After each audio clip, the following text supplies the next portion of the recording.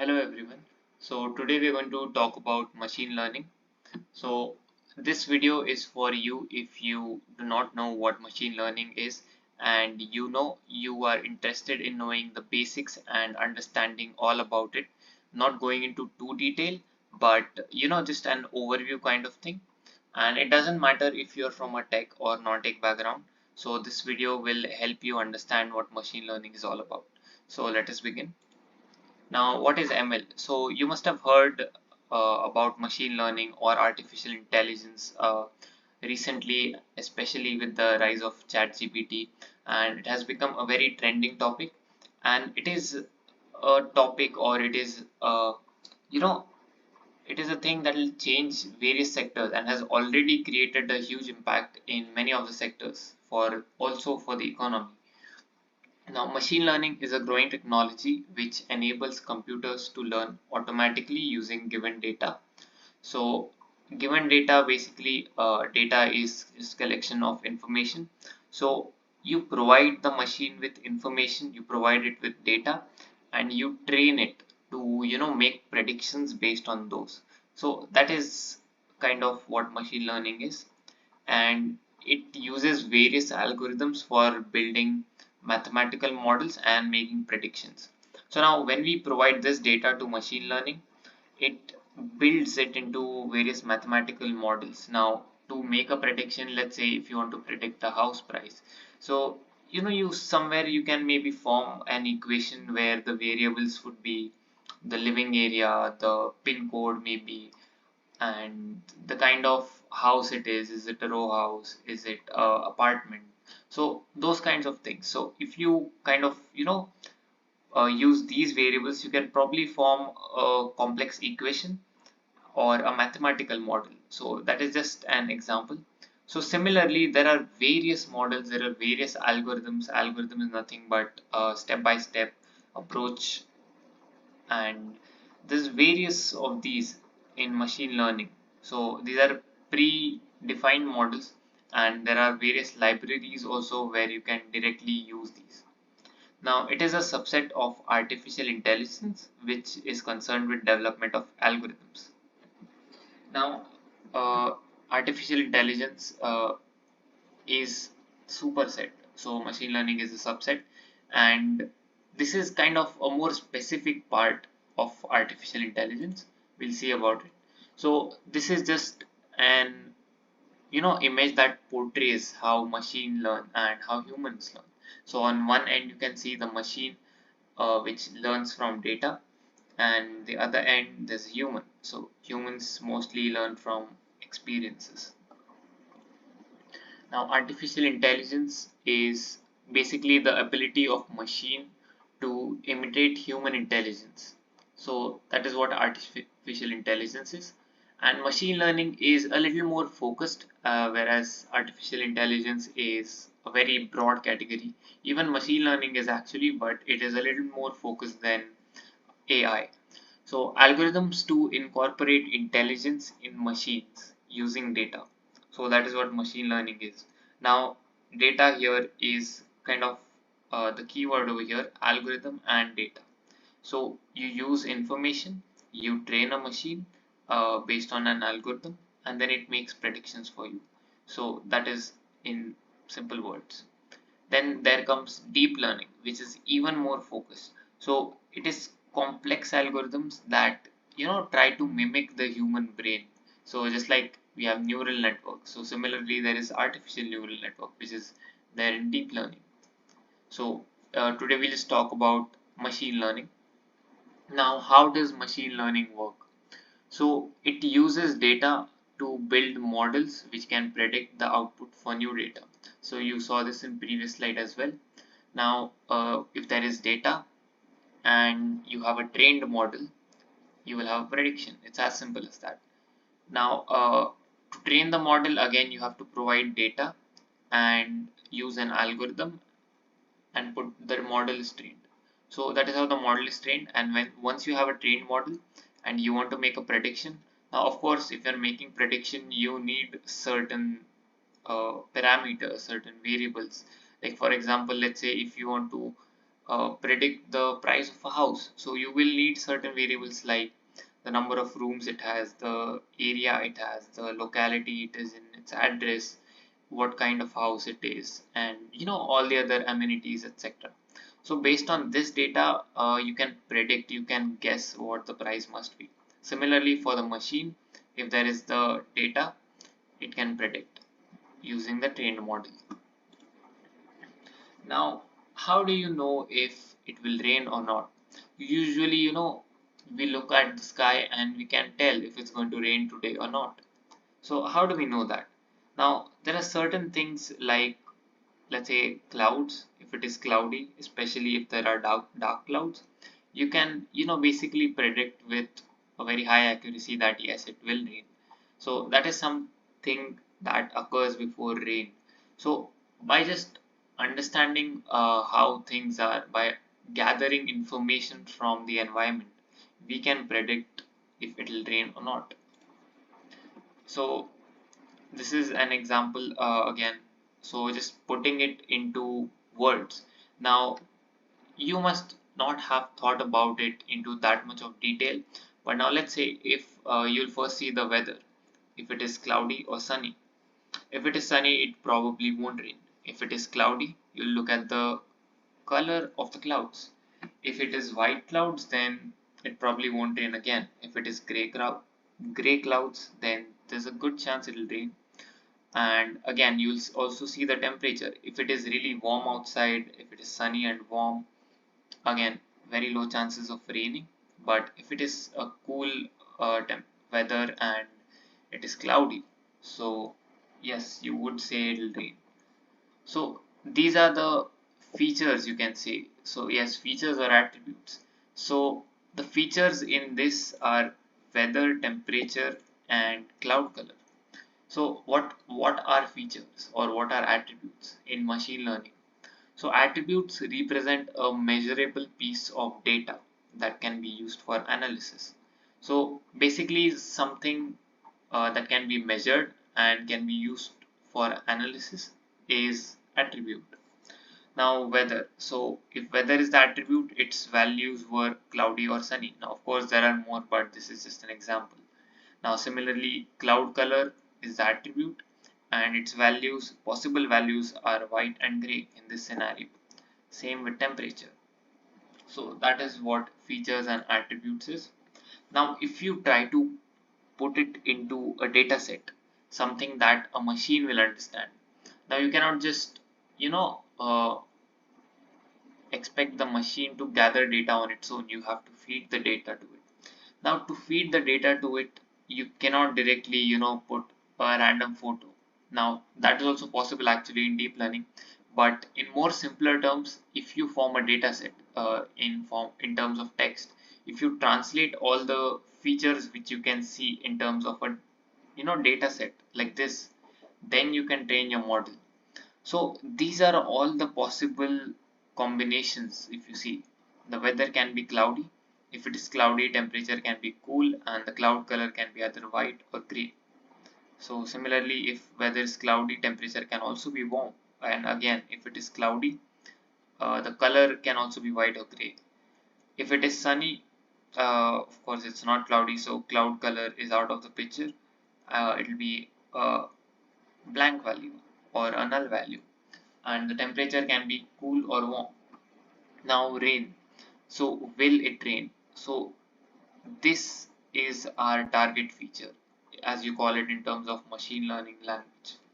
So a target feature is basically the one where you want to make predictions. So if it is going to rain or not, that is something which we will be predicting in this example.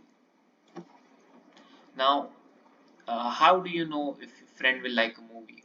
So again, we saw how we make predictions without even realizing it, and which can be, an analogy to the machine learning model.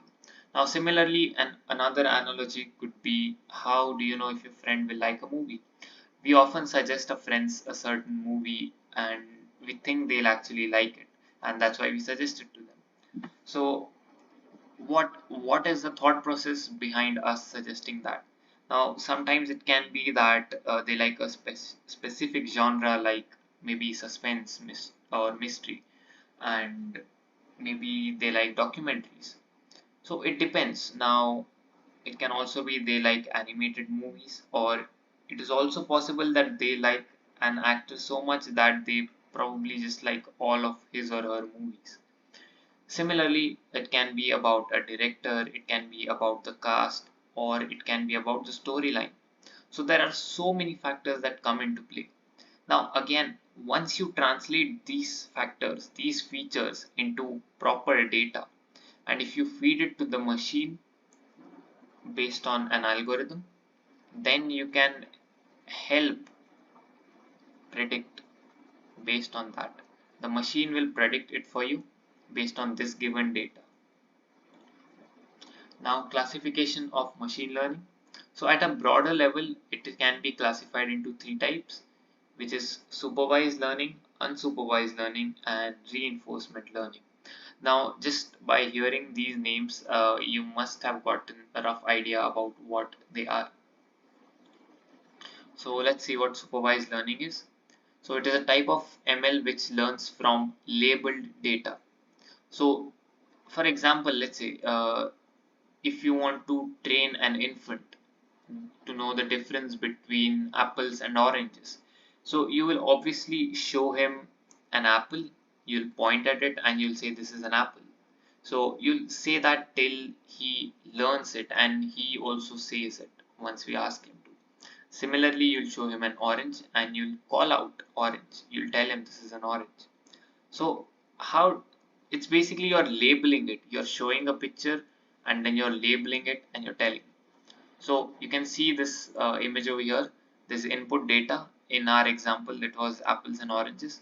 And then there's annotations or labelings. You're saying these are apples.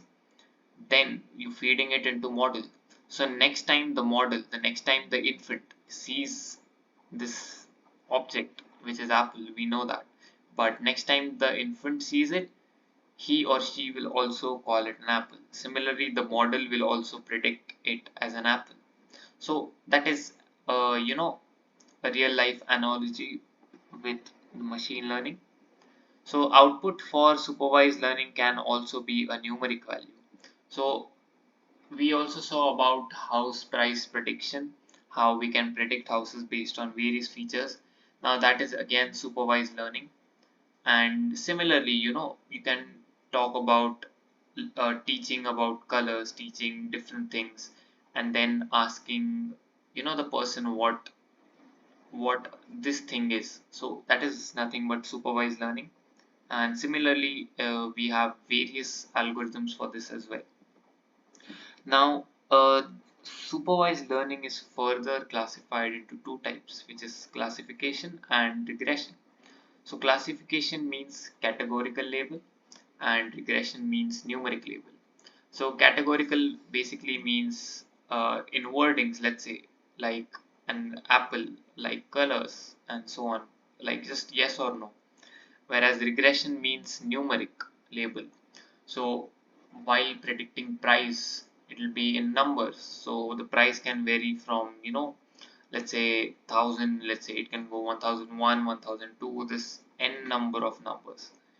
So similarly, classification, there are only a few categories, you can say. They're not unlimited like numbers. They're comparatively less. So when it is categories, it is classification, and when it is numeric value, it is regression. So let us see the next type, unsupervised learning. So it is a type of machine learning where decision is made based on clustering of unlabeled dataset. Now when your dataset is not labeled, when you're not telling what it is, but you still want to, kind of sort it out, if you want to form clusters. So unsupervised learning is used over there.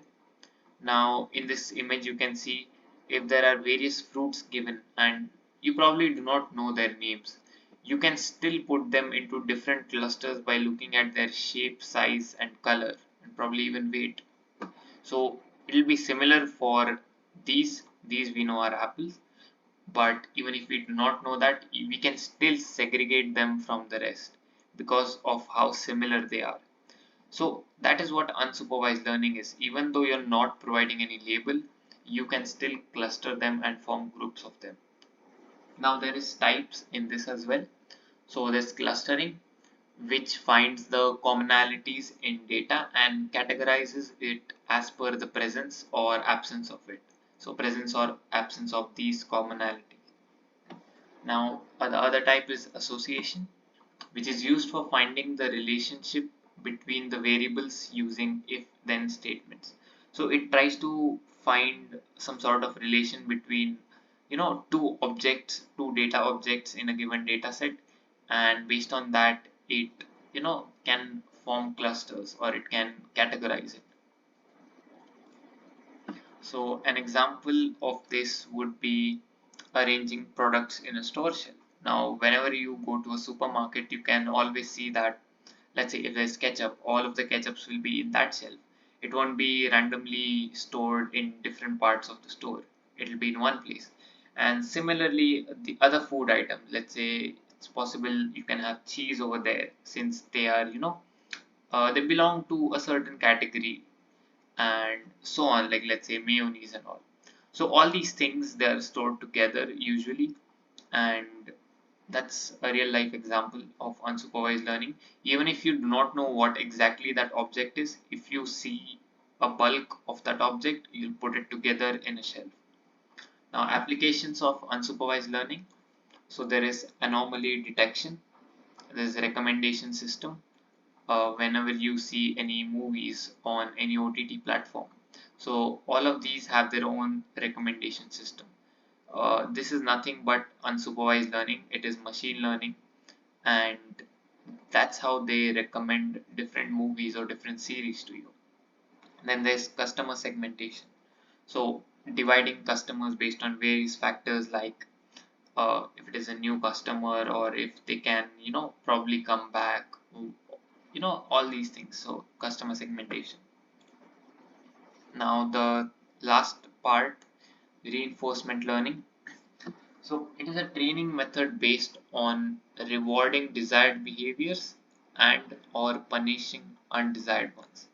So basically taking actions and learning through trial and error.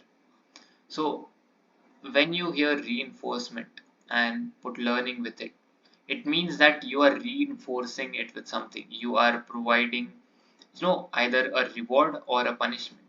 So reinforcement can again be of two types. There is positive reinforcement and negative. So similarly, reinforcement learning has two types, positive reinforcement and negative reinforcement. Now you can see the image where, let's say if a person wants to train his or her dog or any pet to do certain action. In this scenario, it is, to play fetch. When you throw the stick, you want the dog to go collect it and bring it back to you. So you will reward the dog when it does so. You will reward your pet when it does the desired action. You can provide them treat, you can provide them food, you can just, pet them and, show your love. So these kinds of things will help it understand that yes, this was what I did and this is what I received as an award. So they'll do it each and every time once you signal them to. So that is how you can slowly train them, and that is nothing but reinforcement learning. In this case, it is positive reinforcement, because once it is the desirable behavior, you're rewarding them, you're not punishing them. But if you're punishing them for undesired behavior, that is negative reinforcement. For example, let's say if you're scolding an infant for doing what it is not supposed to, for probably eating something off the floor, if you're scolding, so that is negative reinforcement where you're punishing or just scolding them for the undesired behavior and to so that they can avoid it in the future. So that is what reinforcement learning is. And its applications include automatic cars, where there will be positive reinforcement if all the four wheels are on the road. Even if one wheel goes off the road or probably in a different lane, then there will be negative reinforcement. So it is kind of how the car can be trained to, run automatically. Then there is stock trading. Again, if your stock is gaining points, so that is positive reinforcement. If it is losing, that would be negative. So for stock trading also, reinforcement learning is used in most of the scenarios, and it has changed the dynamics of various sectors like healthcare, marketing, robotics, and many more. So that's it from this video. I hope machine learning was clear to you. I explained machine learning in a very brief manner and in easy language, trying to provide as many examples as I can and trying to connect it with how we do things in real life. So thank you so much for watching.